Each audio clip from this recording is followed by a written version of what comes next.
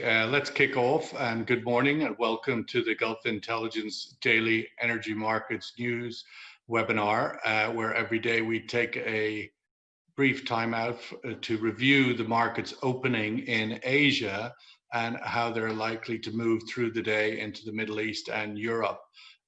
We've got representation from across that geography this morning with us, starting in Singapore and here in the Middle East and into Europe. So let's kick off with Kevin Wright, lead analyst for APAC for Kpler. Kevin, clearly this morning, China is still dominating a lot of the news. Very positive. It's Q2 GDP growth numbers over 3%, coming on the back of a big drawdown in US inventories. You would think that would give a pop to the oil markets. It's done the opposite. They're coming off this morning. Yeah, good morning, Sean. Nice to see you again. I think you're on mute. Sorry, I thought Alex had unmuted me. Sorry for that. Alex, can we unmute Kevin, or is his sound? Kevin? Can you hear me now? Okay, yes. Sorry. Can you hear me now? Okay, sorry about that. Yes, good morning, Sean. Thanks for having me again. Always nice to see you. Are you hearing me? Hi, Kevin. Yeah, we can hear you. Okay, it's just I think Sean may have frozen there or something's happened at the Gulf Intelligence. And thanks, Ed. Yeah, Sean, interesting opening. You'd have expected with a 7.5 million barrel draw that crude would have done something more exciting. In fact, if you actually look at the price action yesterday evening, it dropped by in excess of $1 immediately after the news and then immediately recovered again. I think it was a very strange movement, perhaps a bit of an anomaly. And today it's sort of bumbling along. I mean, Brent is around about the $43.50, off 20-ish cents since the start of the day. So really not that exciting despite those draws. And it wasn't just crude, of course. I mean, gasoline also drew. There's an implied reduction in demand year on year of about 9% in the States. But I think generally with that draw, because of lower imports, you'd have expected things to be more constructive on price. So it's a bit of a surprise. Maybe the OPEC decision to increase output from August was enough of a sort of a dampening effect to sort of take the zing out of that positive economic indicator of inventory drawdown. Yeah, I think so, but I think you have to take, that August sort of announcement in the context and with the perspective of other announcements that have come out in recent days. I mean, the first one of those is that Saudi, whilst it will produce more, won't export more because of the demand for direct crude burning for power generation, for aircon, etc. And with a lot of Saudis not able to travel and escape the oppressive heat of the desert in the summer, that's going to mean more demand than usual. So even though there will be a relaxation slightly in the production levels within OPEC, you're still going to see increased consumption within the majority of those, hot producing countries. So, as I say, it's all about context and perspective. Eddie O'Sullivan, author of The New Gulf and former editor-in-chief of Mead Magazine. Eddie, what do you take away from the OPEC meeting yesterday? There still seems to be this very kind of robust demand that those who didn't give it in the previous months must still give their pound of flesh and contribute to these cuts. How do you interpret the announcement yesterday out of Vienna? Well, virtually, I would say. Well, again, it's another example that OPEC is still relevant. I mean, it's not as effective, but it's still relevant and still actually required. The point was made, wasn't it, in April when we had negative oil prices for a short period. And so, and Saudi Arabia, that's the other element, seems to be asserting itself very, very strongly. So the statement, wasn't it, from the oil minister of Saudi Arabia, I thought was really quite confident. He said, look, we've dealt with the supply problem. Supply problem is under control. And we're expecting some countries that didn't comply exactly to comply and catch up. And he's saying we're expecting demand to catch up. Now, the oil price movement yesterday, I'm not a trader, I just observe big trends, but the IMF released their own latest forecast, and they're forecasting oil 40 to 45 for the rest of the year. So we're in that spot roughly in the market. So I think I don't think anybody's making a judgment which contradicts, it seems, contradicts what I think OPEC is hoping, which is the oil price probably between 14.50, maybe towards the bottom end, maybe towards the top end, for the rest of the year. But I think the point is that if we see that oil price going below 40 again, I think you'll see some extra action. But as Kevin just mentioned, the Saudi Arabians are forecasting robust domestic demand. And you can see in your recommended reading that there's some really positive stuff coming out of China, which after all is the world's second largest consumer of oil.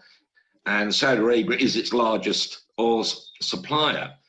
So I think you can see from that part of the story, not confidence, but I think less a sense of impending doom that we saw. Do you think we can expect, or Saudi can expect, that those countries that have been lagging in their commitment will indeed still follow through, Eddie? Do you think we can expect that level of discipline from the weaker economic countries, if you like, within the OPEC Plus group?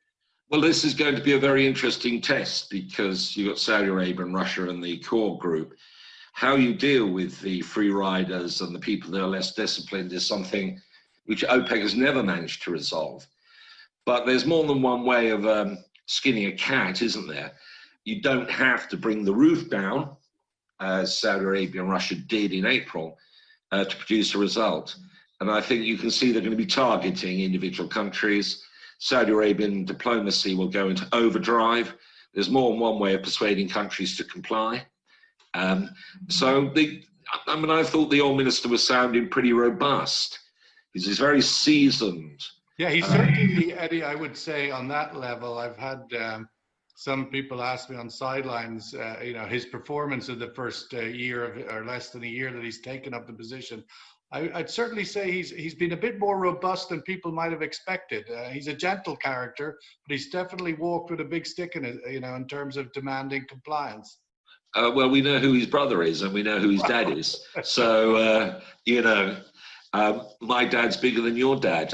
So nobody really, Saudi Arabia's oil diplomacy, I think, is in some respects, in the present circumstances, with all due respect to Ali Naimi, who's a fantastic technocrat and a brilliant leader of Aramco, what is required now is a really seasoned oil industry diplomat and who knows what buttons to press. And there's more than one button to press when it comes to oil and gas. If you're dealing with the countries that are a little bit off, they're not complying, there's channels, there's ways of putting pressure and providing encouragement to these countries to fall into line. Because the point is that OPEC absolutely has to, and the larger group, maintain its credibility over the next 2 years. There is no option. Somebody come up with an alternative option to OPEC for the oil exporting countries. There isn't one. And even for the United States, which is not on that pitch, they need OPEC as well. Everybody needs OPEC to give some sense. Your next book. We're not dead yet. Kevin, I would suggest OPEC waking up this morning are probably pretty happy that prices have only come off a little bit, given that they announced yesterday, less than 24 hours ago, that they were going to add 2 million barrels of oil onto the market. That's a pretty dramatic amount of new supply in a very uncertain economic outlook. So a few cents off the barrel may not be a bad return. They'd probably take it. I think so. I think they'd be relatively happy. I think, as Ed says, there's a lot of very clever diplomacy going into all of these discussions and a lot of strategy a lot of thinking going into the strategy. So the OPEC, the consortium led by the Saudis, are obviously not looking at themselves in isolation, right? They're looking at what's happening in the States. They'd have looked at what's happened in recent weeks on inventories in the States, where we've seen builds and draws in successive weeks and so on. And so I think OPEC are making very well measured, very well judged decisions to make sure that they don't flood the market. And 2 million barrels a day, we've talked about demand a lot being oppressed or depressed in recent weeks, but 2 million barrels a day in terms of reduction in cut is not enormous, and therefore I think the market can digest it, and that's what we're seeing in the price this morning. Looking into China, Kevin, near where you are, we're with number 2 story on our list this morning. Refinery output hits record in June through in China. What's your outlook there for that sustaining through the third quarter? So actually, I read that headline and I wanted to correct it because Right. I want to call it refinery throughput, because Okay. output almost implies that the product is coming out, i.e. being exported. And what we're actually seeing is that exports from China, certainly on clean products, are very, very low. Half the sort of level that we saw in previous months, around about sort of 450, 500,000 barrels a day. Well, we'd normally expect 1 million barrels a day of exports from the Chinese system. So even though refinery runs have been very strong, the 14-ish million barrels a day throughput up whatever it is, 9-10% year on year, we're not seeing that flooding the market. And I think that reflects the fact that the Chinese are focusing on their domestic margins. Now, obviously, the domestic margins are set by the NDRC, they're government mandated, and effectively, that means that those refining margins are protected. They were revised upwards about a week and a half ago, which means that the PetroChinas and the Sinopec's are really protected against having to sell into an international market and potentially bringing cracks and international related margins down. So I think whilst the headline figure is very strong, i.e. refinery throughput is very high, we're not seeing the impact in the wider market. And that's probably going to help the wider market as a whole, just because, margins for everyone else in the region will stay relatively supported. If you look at the collection of those headlines, Kevin, we're just trying to paint a picture and add all the pieces together. China is recovering. GDP rate up above 3.7% in the second quarter. We've got the Chinese ports cargo volumes picking up. We've got the throughput on the refineries. Imports still remain strong. I mean, this seems like a pretty healthy, even in any year for the Chinese. Of course, 3% wouldn't be great in previous years, but nonetheless, general picture looks quite positive. Can China continue to recover at this momentum, even though some of its biggest customers are still struggling in recession? Yeah, and you've got to add into that the fact that the Chinese stock market hit the $10 trillion mark again for the first time in 8 years this week. So all of a sudden, everything looks very rosy. But I've asked this question before on here and elsewhere. If China's two major trading partners, i.e. the US and Europe, are still struggling to recover, to effectively to ease their restrictions around COVID and so on, then where is Chinese production going? And that sort of, it makes me ask myself, how much can we really read into these figures? China is still very, very dependent, despite the growth in the domestic economy. China is still very dependent on exports. I mean, that's how it's grown up in the last 20 or so years. So when the two major partners are not really recovering to the same extent, then it sort of says, well, perhaps we're borrowing demand from the future, or maybe, and this is the more bullish scenario, we're picking up from supply that disappeared a few months ago.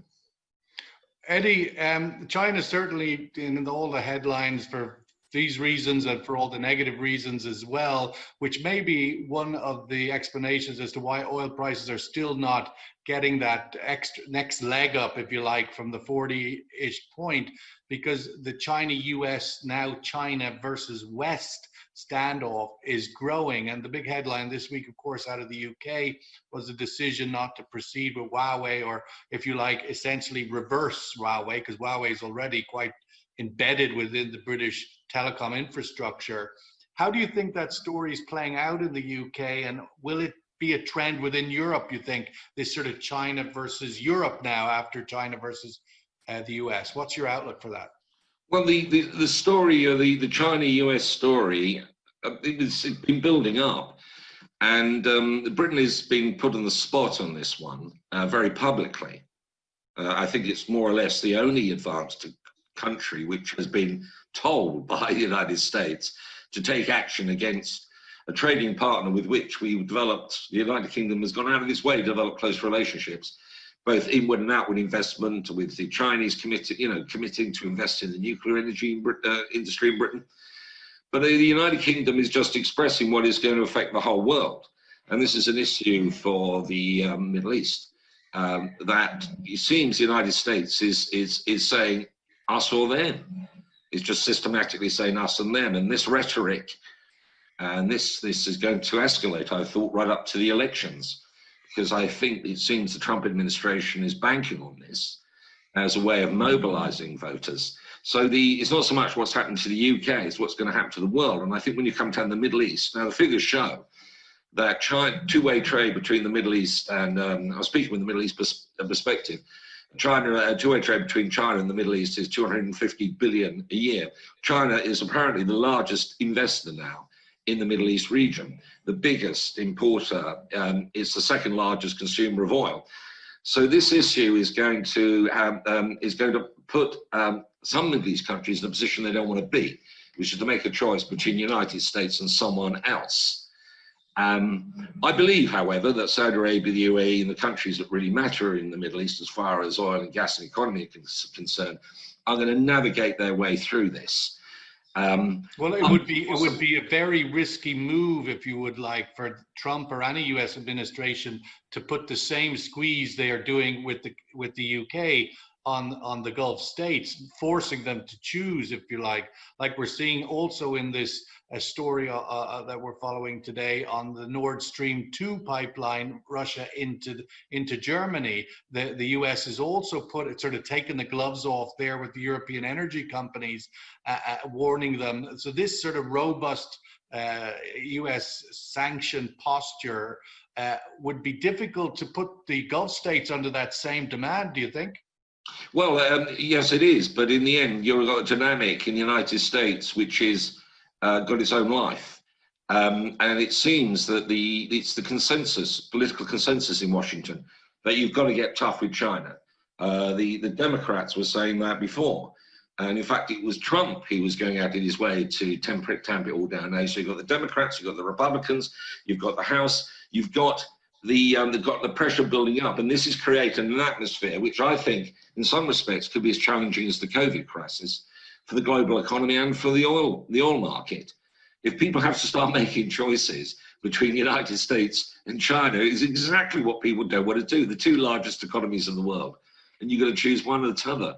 Welcome. I suppose that's why that great sort of overused word perhaps at this stage is the emerging Cold War. Let's bring in Omar Najia, Global Head of Derivatives at BB Energy, for a quick market update to see where prices are. Omar, could you fill us in on what the markets are trading this morning? Morning, yeah. So September Brent is trading at 43.51, which is down 28 cents. And WTI August is trading at 40.82, which is down 38 cents. What's your takeaway from the OPEC decision, Omar? Markets barely reacting? Yeah, I think basically, they're trying to sell it as, we've increased output, but basically, we'll have increased demand. So really the stuff that hits the market will be less. But at the end of the day, they have increased production. And it was expected. So I don't think the market will do very much unless we can get, let's say, another $1 higher on WTI. I would still see it more likely to pull back than accelerate. It needs something to fuel the next push higher, both on equities and on WTI. And right now, it doesn't look like something is going to present itself. Thanks, Omar. Kevin, the inventory drawdown now seems to be sort of indicating a trend. What's your outlook for it to continue, the big drawdown as such? Yeah, it seems to have been digested, doesn't it? There's very little discomfort on 20 cents downward move on a 7.5 million barrel draw. Which is like more or less equivalent to the new OPEC cut. Yeah, absolutely. Yeah, and actually, if you look at it from the import perspective, about 2 million barrels a day down in the States, then obviously, as you say, it's very much in line with that. It's difficult to say what we're going to see going forwards. I mean, as I say, we've seen ups of 5.5 and downs of 7 in recent weeks. So the numbers are not there's no trend line yet as such? Well, I mean, it's very volatile. And as a result, it's not necessarily the first indicator you can use. I mean, Omar obviously looks at this much more than I do. But, you can look at it on a very short-term basis, i.e. how does the market react within the hour following the announcement or following the news release. But after that, do you take direction from that for the way that the market's going to trade in 2-3 weeks' time? I don't think you can. Let's go to the survey question for the morning before we get into closing comments. Do you think we will see a steady trend of inventory drawdowns through the third quarter? That's the question this morning. And of course, we have to figure into that as we answer with now an extra few barrels coming from OPEC. But will this inventory drawdown sort of blend into a trend and we'll see serious numbers of these inventories draw down? Citigroup certainly forecast that they expect it. What's your view? So please vote and we'll go into some closing thoughts. Eddie, as we say sometimes, and it seems more regular than not on this podcast, that we don't mention COVID as much anymore. I'm not sure if we're just getting bored with it or it's no longer the destabilizing, overwhelming factor. But clearly, infection rates are at records. All of the signals are there. What's your own outlook for the coming days and week, and what's your view on that COVID disruption still? It depends where you are, doesn't it? That's the key. So if you're in an environment that I'm in, then I feel fairly safe and secure, and I continue to do what I normally do. And all my family members seem to be in the same situation. So it all depends upon the context, government policy. So it's becoming granulated, I think. The world has now been divided up into places, and that's been going on for a while. And you can see the range of options. There's no way that's going to go away, but you can see that as the IMF's outlooks were published, the beginning of this, I mean, they're talking about unprecedented hit from the world economy, but now it's considered, oh, well, and if you're doing better than they're forecasting, you're doing quite well. So we are beginning to internalize, aren't we, the whole COVID thing. We're making our own choices. The businesses are targeting. If in the oil sector, obviously, it's quite clear that rationalization is going to be the name of the game for the next this period. There's no comeback. The oil sector is going to have to really get more efficient, rationalize as Saudi Aramco is now doing, to get more and more efficiency out of it and living with this new world. So COVID is going to be with us, but we will start talking about different things, including the Premiership in the United Kingdom, which is coming, which has just closed. Yes. There's a team, I heard, some Live or something or other. Yeah, I don't know. I've never heard of them before. But Kevin, Wright, your closing comments and what the outlook do you think from Asia? We're obviously wrapping up our Middle East week today, but there's still some legs in Asia. Yeah, I want to go back to your point earlier about, or the survey question actually, about whether or not we're going to see draws in the third quarter. You've got to bear in mind that we're almost record highs in India, i.e. 110 million barrels stored there. And our data show that, China's also at record levels, 860 million barrels of crude in inventories. That's gone up enormously in the last 6-7 weeks. And you're getting to the stage in both countries where you're reaching really what we would consider workable capacity limits, right? So effectively, you can't build much further. So it technically. And there's more than 1 million barrels of oil coming from OPEC next month. Yeah, absolutely. Record levels of import in June into China. Inventories at record highs. It can't do anything but draw, can it? I mean, at some point, people have to start looking at this and saying, right, well, the structure's no longer in my favor, and therefore, we're going to see liquidation of positions. But Omar's putting a few comments on the chat, and he's right. I mean, we're seeing corrections from very, very high levels. Let's give Matt Stanley the last word today and the last word of this week on his views on where the markets are trading into the end of the Middle East week. Will he be required to wear a chicken suit? It seems he's avoiding this reality, but we'll just have to do it anyway. But Matt, your thoughts on closing out the Middle East week?